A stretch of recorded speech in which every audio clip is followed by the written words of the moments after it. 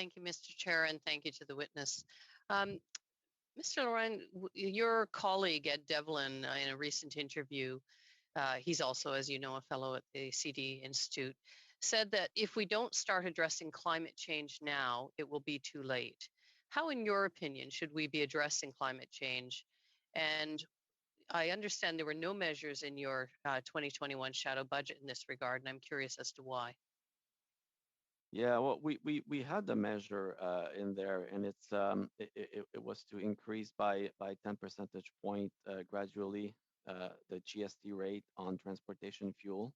It does have an impact on climate change because, as you know, transportation is a sector of the economy that is contributing tremendously to greenhouse gas emissions, and we thought that with the carbon tax and a large increase in the GST rate. The GST, which has the advantage of being a value-added tax, so it doesn't need any border adjustments if you do that, in terms of protecting Canada's competitiveness with the world.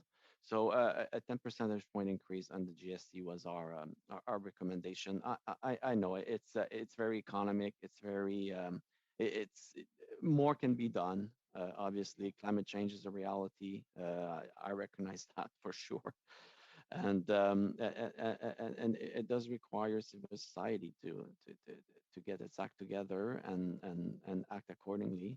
But yeah, I mean, you're right. We don't have a lot in our shadow budget on that respect, but at least that was one measure, only one, but one measure that does, that would have some benefit towards climate change.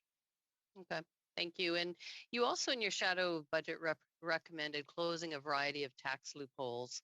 And I'm curious as to which ones you think should have been included that are not in this budget, in the federal budget. Mr. Laurent?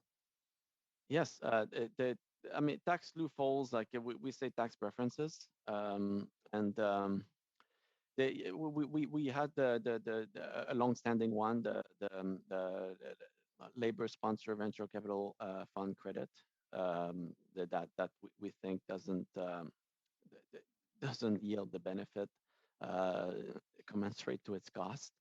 And another one that we thought could be closed was the first-time home buyer tax credit, not because it's not nice to receive it, but because it's another credit that makes that probably doesn't help in terms of the housing market being overheated at the moment, and we think there's probably other ways to achieve this goal better. But I mean, the tax preferences, like people have different views on which tax preferences to close and which ones should remain open, and that's always been a problem. And that's a major reason why many governments promise a review of tax preferences, but once the review is underway, it's very difficult to close these tax preferences. Thank you, Senator Pate.